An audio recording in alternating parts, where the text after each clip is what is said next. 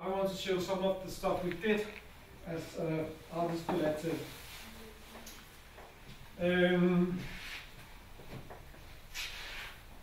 Jesus, that's 10 years ago. Well, 10 years ago we made this sort of mock thing. Everybody has been talking about surveillance and control and stuff like that. At the same time, at least in 2002, a lot of people were setting webcams up in their homes or the offices and supplying this feed to the world. Almost like, take a look at my desk, take a look at my office and stuff like that. So we were inspired by Jeremy Bentham. Do you know who Jeremy Bentham is? This guy with the panopticon. He was sort of English, I think he was. He functioned as an architect. I don't remember what he was trained. He was all a politician. He invented this panopticon building where one guard in the middle could have a look at all the prisoners around him in this panoramic building.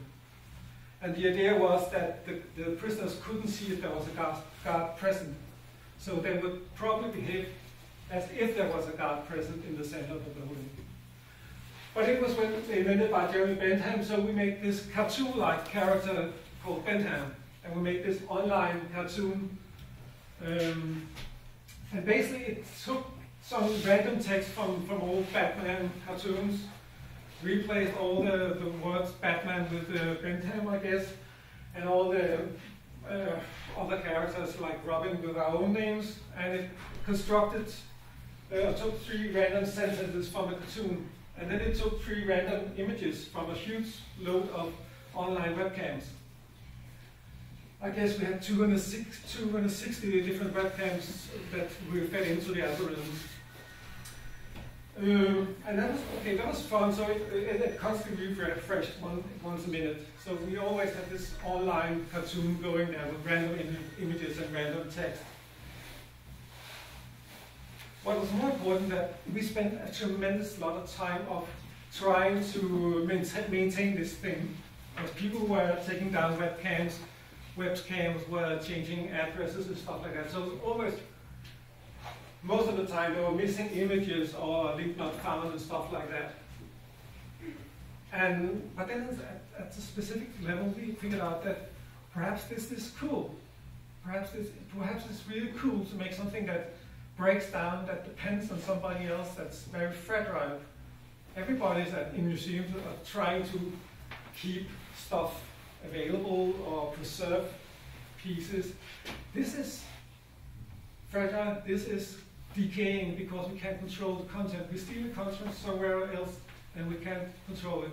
So it's still online, but my guess would be there are no images, or probably 1 in 10 images are left. Another project we made, a very physically small project, is this is the front of our website. And for 4 years, I guess, we had this small text line in the bottom. And there was no announcement of anything on the website or commercials or anything. But if you click this one, click the very last sentence on the website, you could write something else. You didn't have to log in or anything. But you are available to change the last sentence on the website. And a lot of people just did this. Again, it started in 2010. There was no Facebook, no Twitter, no nothing. And there was only 1 line of text down here. But at some point, somebody made appointments. Should we meet for coffee? Yeah, okay, let's meet. And it wasn't somebody I knew or we knew, but it was really fun to see this people taking over 1 sentence online and leaving messages or discussing using this one-liner on the side. Again, it was really low-key, small thing, text only, not being published anywhere. But I really like these small, fragile things. So for a long time, I was working with net-based art, internet-based art. Some years ago, I promised myself I would never do a piece of net art again. But somebody convinced me to do it. A Danish gallery invited me to do a piece. Because I'm talking a lot about people that everybody's scared. We can't leave Facebook. The internet and Facebook, Google, blah, blah, blah, will keep track of me forever. There's no forgetfulness, there's no forgetfulness on the internet. And actually there were some two people, papers, I can't remember the name of them, but there was a scientific paper that proposed that there should be an algorithm on everything digital that broke down digital content after a certain period of time. And the idea was that it's very human to forget and it's very human to forgive. So we should apply this algorithm to all digital content, which of course didn't have to be done yet. But instead I made this very, very simple blog thing. It's a blog called Glimsnet, which is in Danish and means something like Oblivion net. And it's an open blog. You don't have to register or anything to write on it. But every time somebody reads what you have written, one word disappears from the text. And I have had such a hard time really making the algorithm work so it will disappear. And there will be no track on Google, there will be no track on my server or anything. So basically what happens, people are writing what I had a really lousy day today, and you could write it, you can sign with your name or you can write anonymously. And when somebody reads this, one word disappears. After a certain period of time, of course, the blog item, the blog entry will be empty. I mean your name and the date will be left. There's nothing left on any of these. It's not that active anymore, but it was shown some, I can't remember someplace, but at a certain point 30,000 people probably was writing something that they wanted to be forgotten, which is kind of strange. And of course I never took it too serious. I also do this, I don't take my own stuff too serious, but what was really scary at some point, a lot of people with this, what's it called, demence, the memory failure sickness, were actually discussing the thing on this website, and I haven't got a clue why they used it. I think that they might have mistaken the URL for something serious, but there's a lot of people discussing memory loss on this blog. Well, I certainly hope this will be the last piece of net art I have ever done, because I grew really, really tired of sitting in front of the computer, making stuff that should be seen in front of the computer and controlled by a mouse or a keyboard, looking into this black square or black box, beige box perhaps. Because basically a lot of the stuff is being confined by the operating system, the computer stuff. And everybody in the UI industry is talking about, we have this metaphor for the desktop. It's basically as a desk, office metaphor.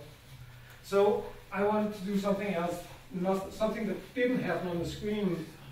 And at the same time, I felt that a lot of digital art, electronic art, whatever, net art, became very interested in the surface, in what was shown at the image, beautiful algorithm, beautiful stuff on screen. And I basically thought that was the death of net art. Net art was not what was on the screen. Net art was something that went on between people, between places, what happened on the net, not on your screen. At the same time, I was really, really tired of, I have a Dutch friend who calls it muscle art.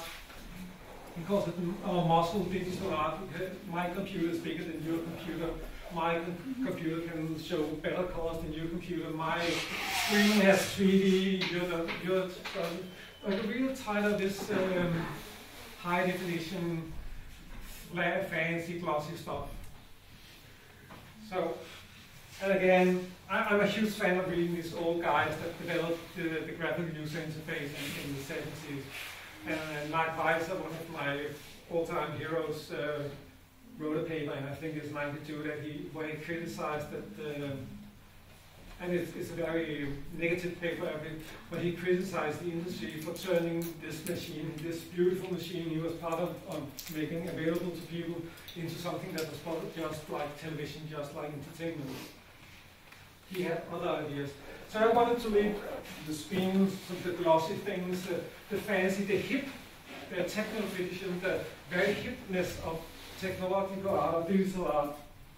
So I made something really, really boring. I went out and found the two most boring computers I could find. It was two desktop computers from an office, and I found some very, very boring monitors. And I made a very boring program for two computers. It's text-based. It's one computer with a yellow text on black background, and another computer with black text on the yellow background. And what they are doing, they are closed circuit.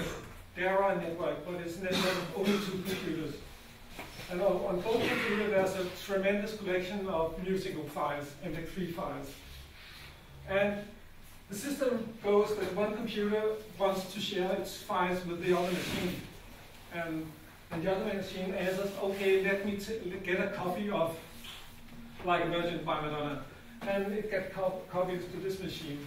And then it turns around, this one is host and the other one is copying something from this one. And it wasn't meant as a provocation of digital rights or anything copyrights. But I was having a really hard time to figure out how digital copyright law was in Denmark at that time. Because according to the law at that time, it was not the use of the digital file, it was the act of copying the file that was illegal. So I was more like, not provocating, but asking, is this really illegal? Is this set up illegal? Two different computers copying files between them. And nobody could really answer in Denmark. That was really strange at the time. So I was approached by the lawyers of the copyright laws of the Minister of Culture. And they were asked, can we try this as a case? There will be nothing happening to you, but can we try it as a case? And of course, yeah. So after, I guess, a couple of months or so, I got this paper that you are, as an artist, allowed to do this. This is artistic freedom of speech, your free expression as an artist. It's quite okay. A museum exhibiting this thing in Denmark might get into trouble. And that's, okay, that's really strange to think. So I never showed this piece in Denmark. I showed it in Sweden and Spain and France, but sadly never in Copenhagen. I didn't find a museum to do so. But again, one of the important facts is the formal fact that this is boring. This is extremely boring. There's nothing fancy going on here. It's only the process that's interesting. What's seen in the galleries is really, really everyday stuff. At the same time, I was reading Lev Manovich, which also has a lot of reference to Tsiganatov. And I totally disagreed with Lev Manovich on a lot of stuff, but I had to take this, that the new media is just another way of accessing, manipulating already existing media. Now, we have moving images, we have still images, we have audio. What's new about the digital approach is how we gain access to it, how we can manipulate it. So I sort of made this mock-up thing. Again, I took this boring computer thing, and I've always been very kind machine of gramophones, record players. So I built them into one device, and it's working. It's actually working. But the idea is that we all have these. At least in 2004, there was a lot of people DJing by scratching records and stuff like that. So this is also a machine that is scratching records and playing music for you when you're standing next to the computer thing here. But you're not controlling the record. The record is being controlled by websites around the world. I made an agreement with 50 different websites around the world that they put a small piece of code on their front page, and every time somebody visited their homepage, it will play a short track from the record. So it was like somebody anonymously outside of the world are making this music for you. But they're not doing anything actively. They're not playing for you. They're just visiting their normal homepage, university in Brazil, stuff like that. So actually the people acting out here hasn't got a clue that they're controlling and taking part in an art project somewhere in Europe and playing music for audience there. And then somehow I got connected to the idea of net art again. I still think the internet is a tremendously interesting thing. This telematic aspect, this thing about spaces and places, the difference between here and somewhere else. But I don't want to be working with screens anymore. So I still call this net art because it's depending on something going on in the net, but it's nothing going on the screen.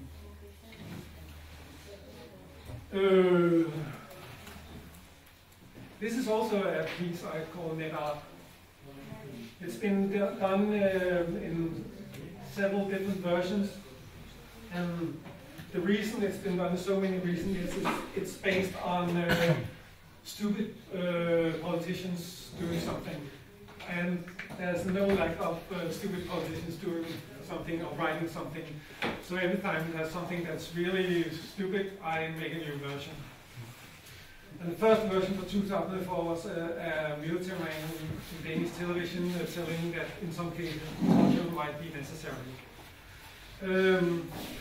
And the last case, which is more interesting, is when the EU published a very critical report on human rights in Denmark, and it disappeared from within the Danish press within 24 hours. Nobody was writing about it. But this is also a piece of net art thing. It's a web server. As everybody can see, it's a web server. It's a machine that's accessible on net. And the idea is in this tag, you have a computer submerged in olive oil. It's cooled by olive oil. And if you want to try it at home, you can dump your computer into the olive oil. It will run, but you will never get it clean again. But it's a computer submerged in olive oil. On this computer is an algorithm that is trying to remove the EU paper from the internet, trying to remove words from the text, censoring the text. The web server, the machine in this one, is powered by a huge amount of potatoes, 500 potatoes. And actually you can power lots of things using fruits and vegetables, and especially potatoes are popular.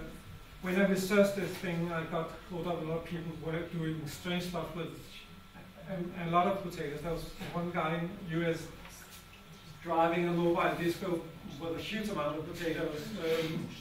But I had these 500 powering the censoring algorithm in the web server. But of course, potatoes aren't that reliable. They rot.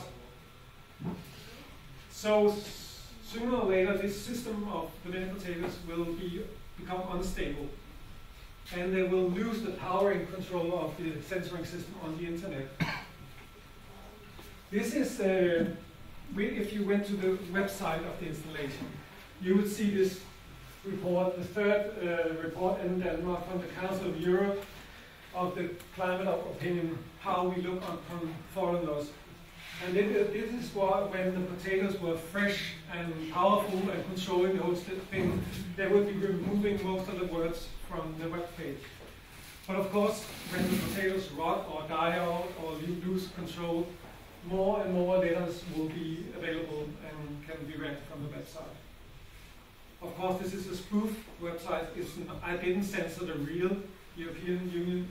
I contacted the European Union, and actually they were quite.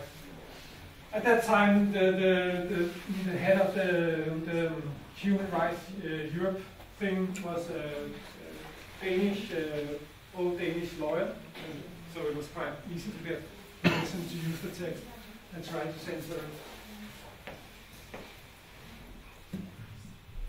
it.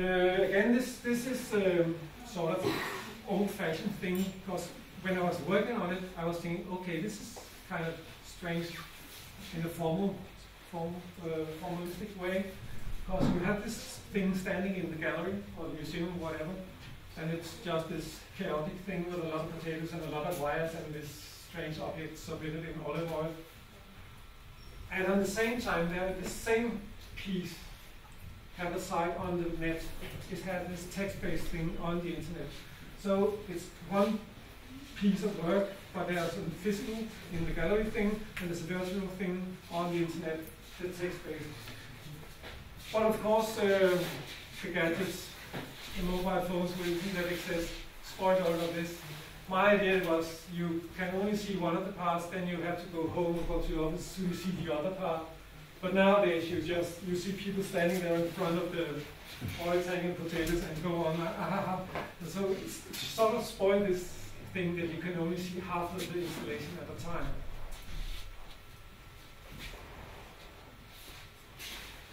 Yeah, again, something that is definitely not has definitely not anything to do with net art, but it has something to do with censoring. Because again, it was an invitation from a Danish gallery that I can recommend. It's called Torpedo 18.net, I guess. It's a gallery for inaccessible art, which is always nice to get an invitation like this, do something inaccessible. So I made this thing called the Democratic Dazzler, and this is the first prototype, and me testing out the first prototype. But the real version looks like this, and of course it looks like a Hollywood dream of a terrorist homemade bomb. It's this heavy metal thing, and it's colored in alarmingly red color, so it definitely looks like a bomb. And if you look at a Hollywood version of a bomb, you will always see a LED display somewhere, probably ticking down at the end. So it has a red LED display at the end. But what it does is it's a sort of mock self-defense system against surveillance. Because a lot of these surveillance cameras at night use infrared light. So it's an apparatus that blinds surveillance cameras. It gets out huge amounts of infrared energy so that cameras can't see you.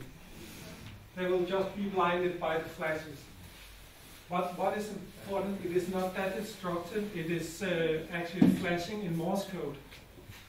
And it's flashing the Human Rights Declaration to the people at the other end. So it was like doing something that is only accessible if you are one of the guys in control and looking at these surveillance tapes. Probably nobody ever does it. But if you were looking at these tapes and you were from the military, you probably would be able to read Morse. And you would be, hey, this guy is saying I had the right to be here because blah, blah, blah, and stuff like that. And that's also why you have this display in the end. It can transmit the Human Rights Declaration in 6 different languages, so you can switch between languages on this bottom again. I think it's German, French, Spanish, Russian, English, and Danish, of course. I really wanted to do it in Chinese, but anybody has any ever tried to look up Chinese Morse code? You know, the Chinese has more than 3,000 characters, so if you Morse in Chinese, you Morse a number. You Morse number 2040, and you go to a book and look up sign number 2040 is like this. So you don't Morse the sign, you Morse a code for the sign and look up the sign. So it's incredible Morse in Chinese. But when I was working on this system, I figured out 2 things. First of all, the military is, of course, doing stuff like this. They have some really, really high-tech, advanced, looking like Star Wars weapons that can blind electronic surveillance systems from a long distance. Some of them are also meant to blind people at a long, long distance, but some of them are directly geared towards surveillance systems, cameras on tanks and stuff like that. So, sort of by chance, I made this weapon. I didn't realize it was a weapon. But at the same time, I figured out when I had to go to get it painted. I went to a professional painter, a car painter, to get it painted red. And the guy standing there said, well, I have the same system on my car, on the plate in front of me. So when I drive too fast, they can't recognize my number on the surveillance cameras. So it's like this do-it-yourself approach against surveillance. I didn't know it was really, really common among these mechanics to do stuff like that. Last project is something I did last year. I spent most of last year in Istanbul, Turkey, which was kind of strange because everybody's talking about Europe is growing old and losing money, and some other countries like Brazil, India, Middle East, and especially Turkey is at this financial feast at the moment. But being there, I made these strange objects, this lab consisting of these retro-looking instruments. And of course they look a lot of stuff you could find around here. Like this mahogany walnut thing and analog meters and lights and stuff like that. But it was all inspired by this, about the financial crisis, the debt crisis and stuff like that. And behind it, we all have this idea that one of the problems is that Europe is growing gray and old. And if you look at how the population of Western Europe are distributed in ages, when you see the very, very old up here, we live long, but very few people are from below 30 and so. And if you look at people below 10 years, there are very few in the next generation coming up. But if you look at countries like Western Africa, it's quite the opposite. Of course, people have a tendency, sadly, to die a lot earlier in Western Africa, but still, they have a tremendous amount of young people growing up. Also countries like Brazil and Turkey has a huge amount of young people growing up. But I was looking at a lot of these curves, and they sort of reminded me of my good old days when I was playing music. And of course, they are all accessible on the OECD website or on the website of the World Bank. And if you look at any newspaper, you will see references to statistics from the OECD and the World Bank all the time. So I had a sort of idea that this would be the control room of the world. Some mysterious, powerful people in the background would be sitting, looking at all these numbers around the world, all the statistics around the world, and trying to control something, trying to keep the heat down and trying not to get the whole thing to blow up. So instead of making this power control room for the world economy or the world as such, I wanted to do this small-scale version, the lab version of the control of the world, giving you and I access to experiment with constructing a new world. And as though I was saying, I was inspired, but I stole the title from Tour. I didn't steal anything else from this article, but I stole the title, the idea of the world being raised by something happening in the lab.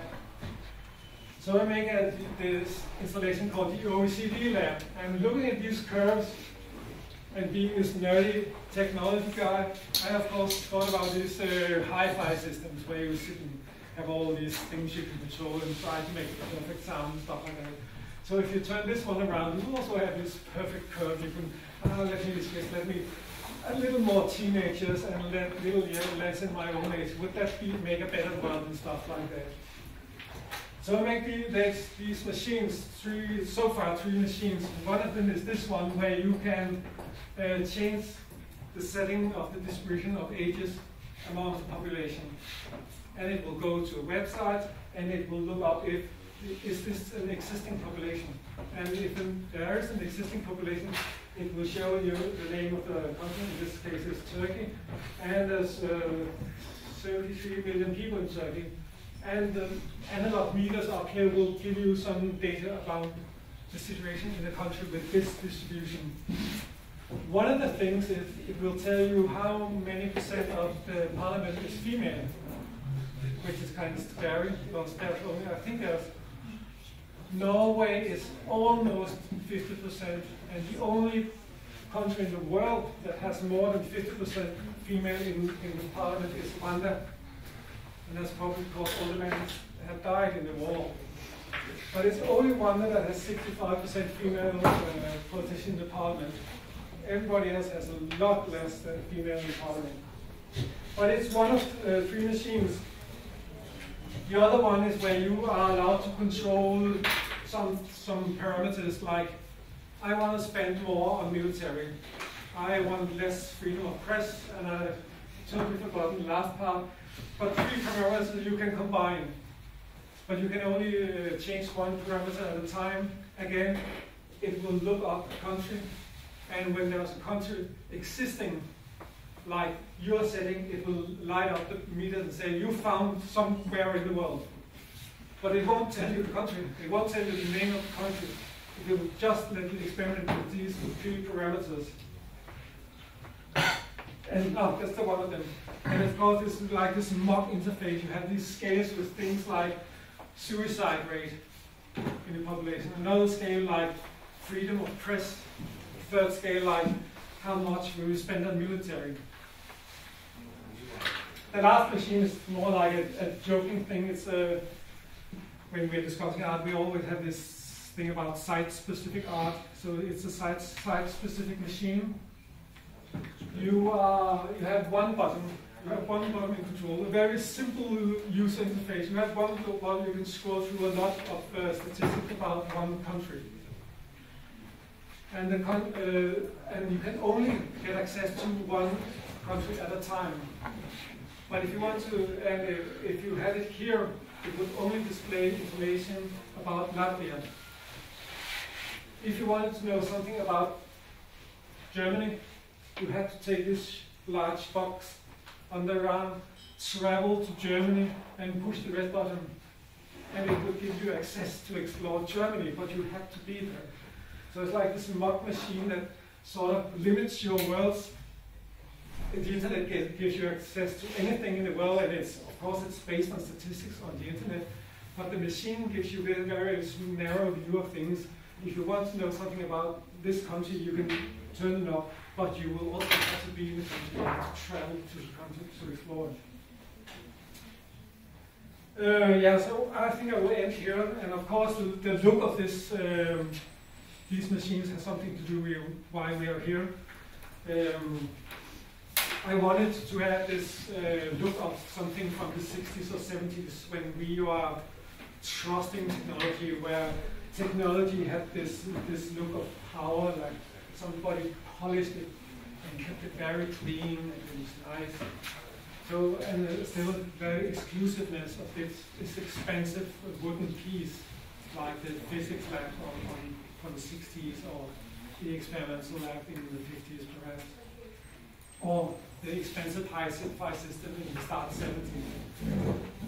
And a lot of people, of course, come to me and see this thing, and they have this tremendously urge to tell me about how they love machines looking like that, how they actually want to go back to retro technology, how they want to leave this flashing screen, how they want to see meters and knobs again, and probably especially the wooden things. And of course, it's something like this mocking the techno fetish. But at the same time, mocking the techno fetish, I'm also buying into it. Of course, I like these sort of machines when you go exploring the telescope here, like seeing all the Russian typography on the scales and stuff like that. It's fun, but it is also a way of expressing and showing a belief in these machines, that these machines are so polished and so nice looking and like have authority because of their finish. So that was it.